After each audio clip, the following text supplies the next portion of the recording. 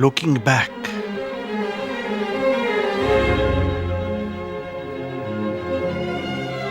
looking forward, looking down,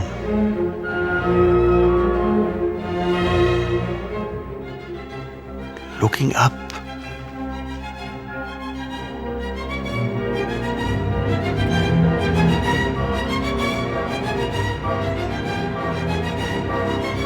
looking around.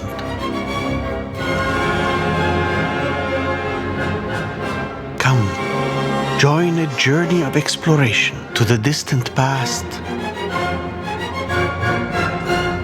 to the frontiers of tomorrow. From the infinitely small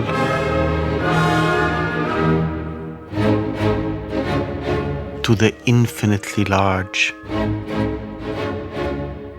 the mysterious, the mundane. Come, let us travel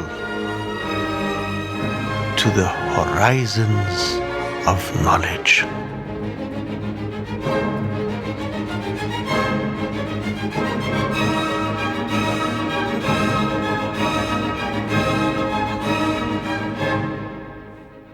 This program has been made possible thanks to a generous grant from the Swiss Agency for Development and Cooperation, the Vodafone Egypt Foundation, the OPEC Fund for International Development, and the Carnegie Corporation of New York.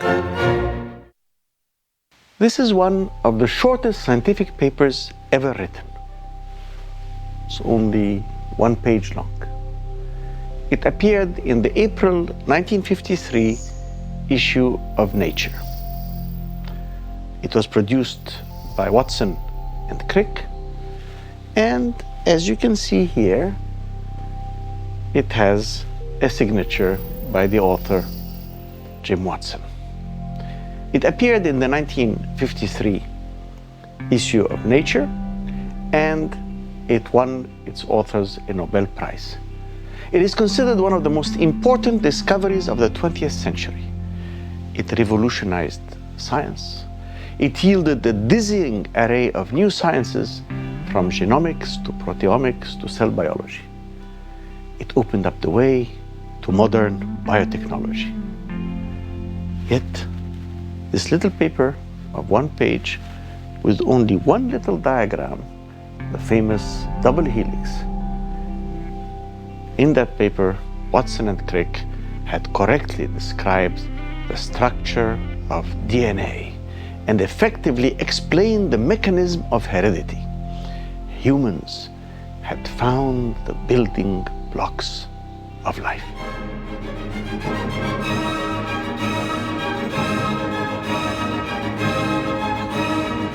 So the discovery of DNA was to become a pivotal event in the history of biology.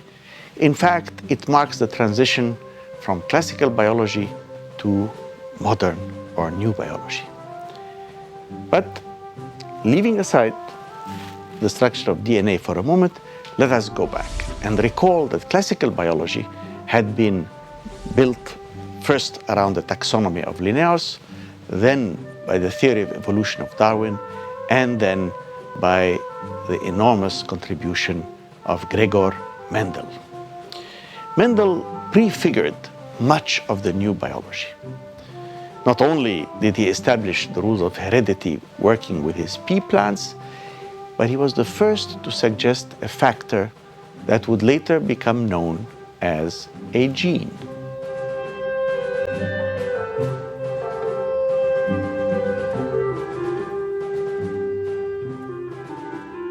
Mendel's concept was given a name by Hugo de Vries in 1889, who coined the term pangen, stands for the smallest particle representing one hereditary characteristic.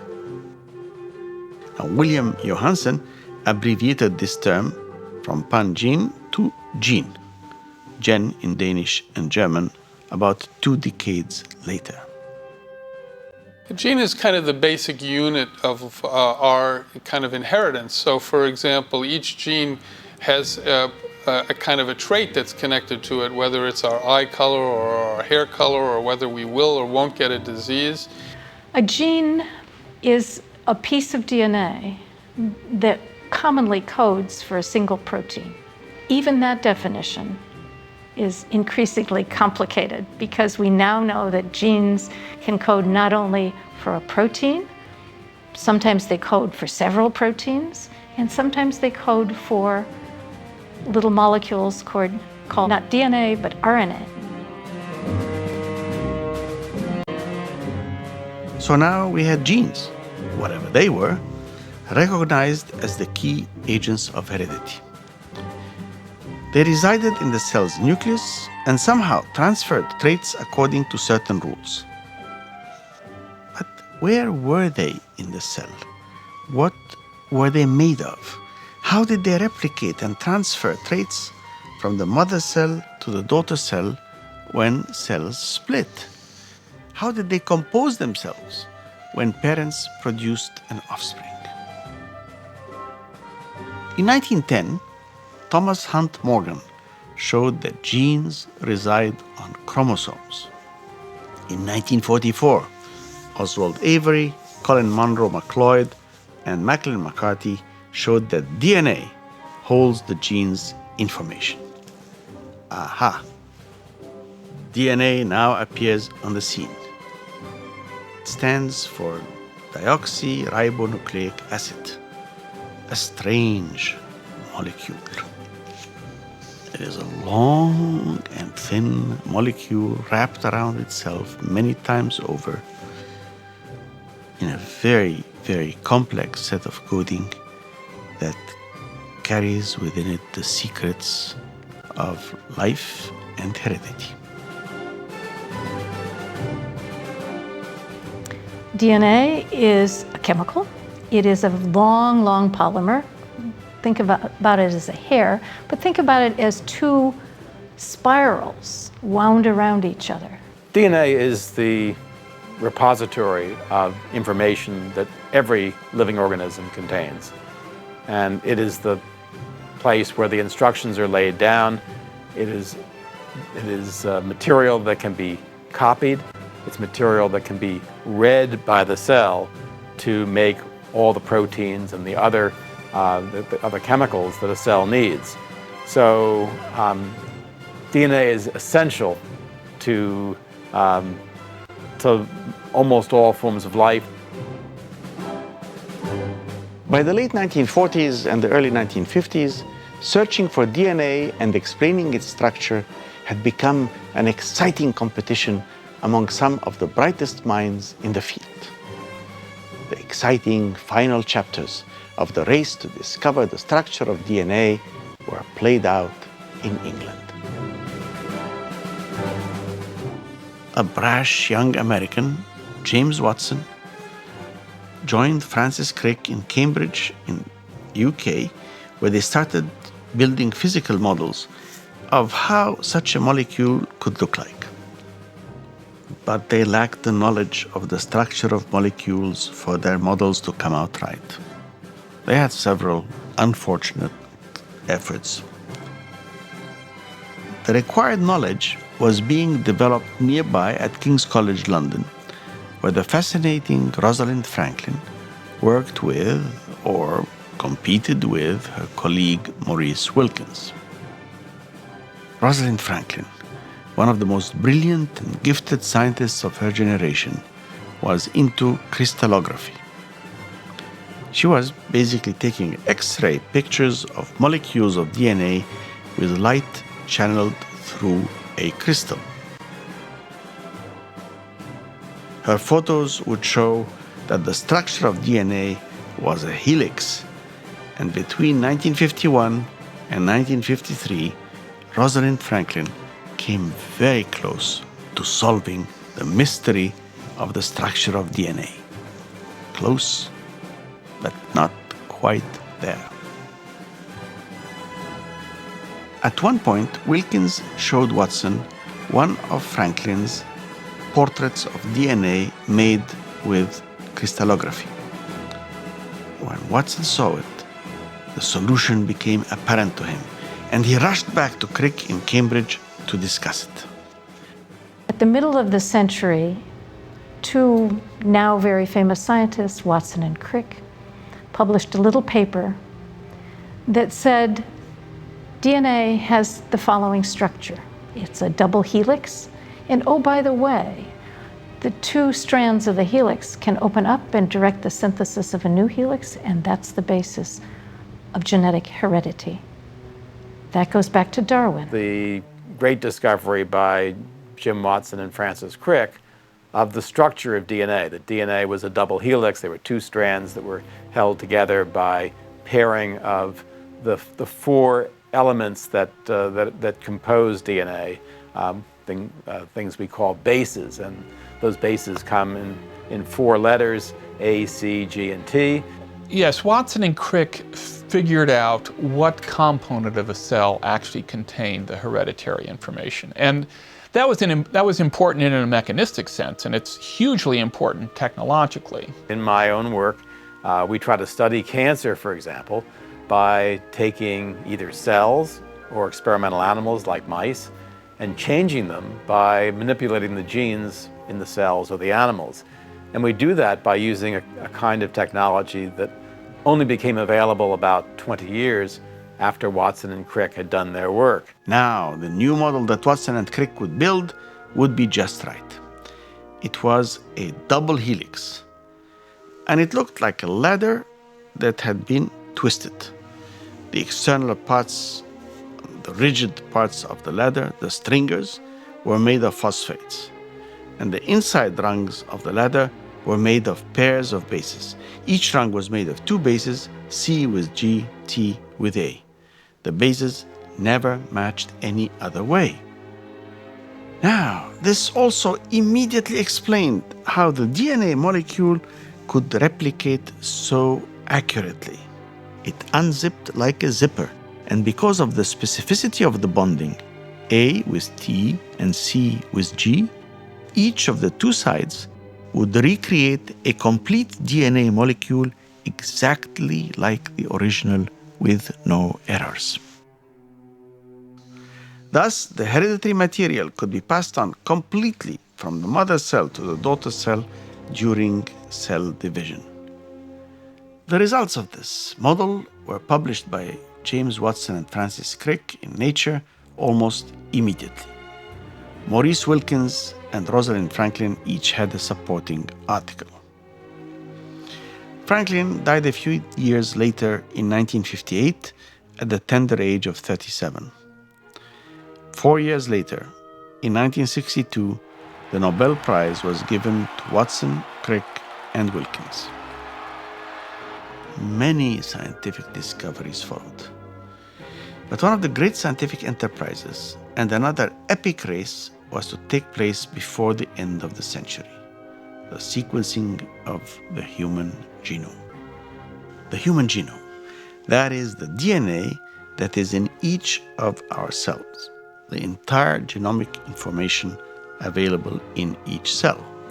In fact, that single molecule contains the entire blueprint of how to build that person.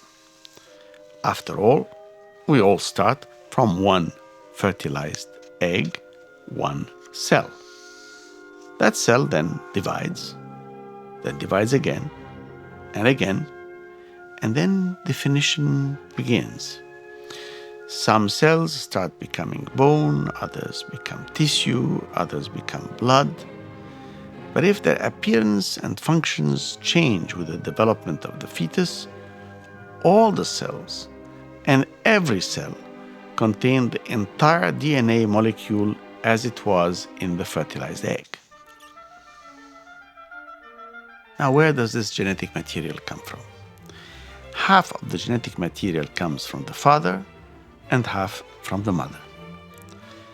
DNA is arranged into 23 pairs of chromosomes, which are really bundles of curled up DNA. And the last pair are the sex chromosomes. They are called X and Y chromosomes. the X chromosome comes from the mother in the egg. The second chromosome comes from the sperm. If it too is an X chromosome, then the baby will be a girl. If it is a Y chromosome, then the baby will be a boy. The sperms are approximately 50% each way, so the odds are reasonable that the future generation will be about evenly matched. This story shows that contrary to long-held beliefs by various husbands, especially kings who wanted male heirs for their thrones and searched for spouses that would deliver them boys, were wrong. The sex of the child is determined by the husband, not by the wife. But let's come back to the human genome. Just how big is the human genome? Well, it needs to be answered by analogy. If the DNA was stretched out, if all the 46 chromosomes were stretched out, connected end to end and straightened, we would have a length of about 2 meters and a width of about 2.4 nanometers. A nanometer is a billionth of a meter, a millionth of a millimeter, which means a human hair is almost 50,000 times thicker than a DNA molecule. So given the length of the molecule and its very narrow width, that is the equivalent of a ribbon 10 meters wide that is so long that it could wrap around the Earth 2 million times. If I were to say that the stretched out DNA material in one cell could be approximately the height of a tall man, about 2 meters, with 100 trillion cells in the human body, if the DNA in each cell is taken and added end to end from all the cells, it would stretch from here to the moon and back 8,000 times. Wow. On that molecule lies all our genetic material, the human genome.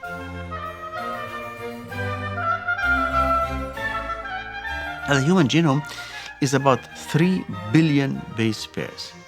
If we could sequence it and have every bit of it mapped, we would be able to identify every gene on every chromosome.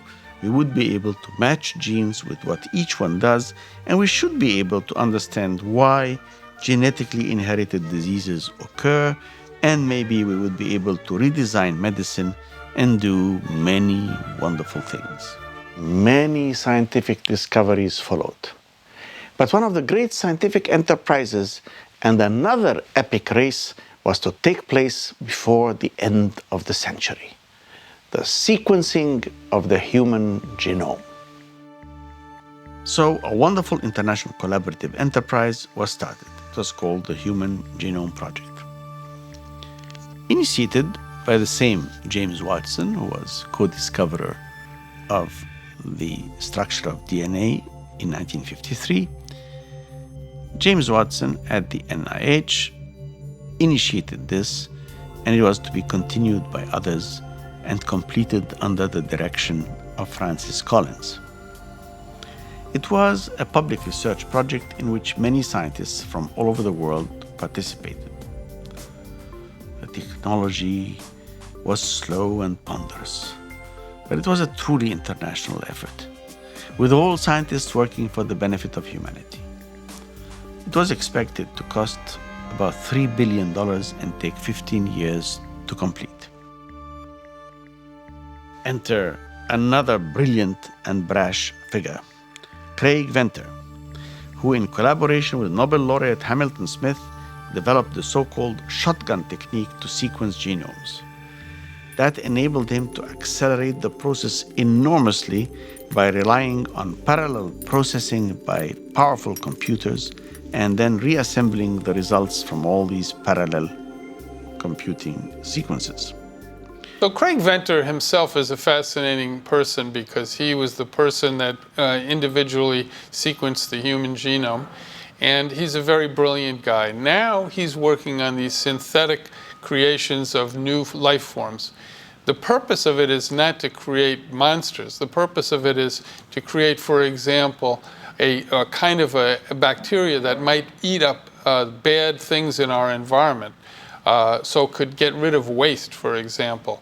Another purpose would be maybe to convert crops that are completely useless, like weeds, into new energy sources.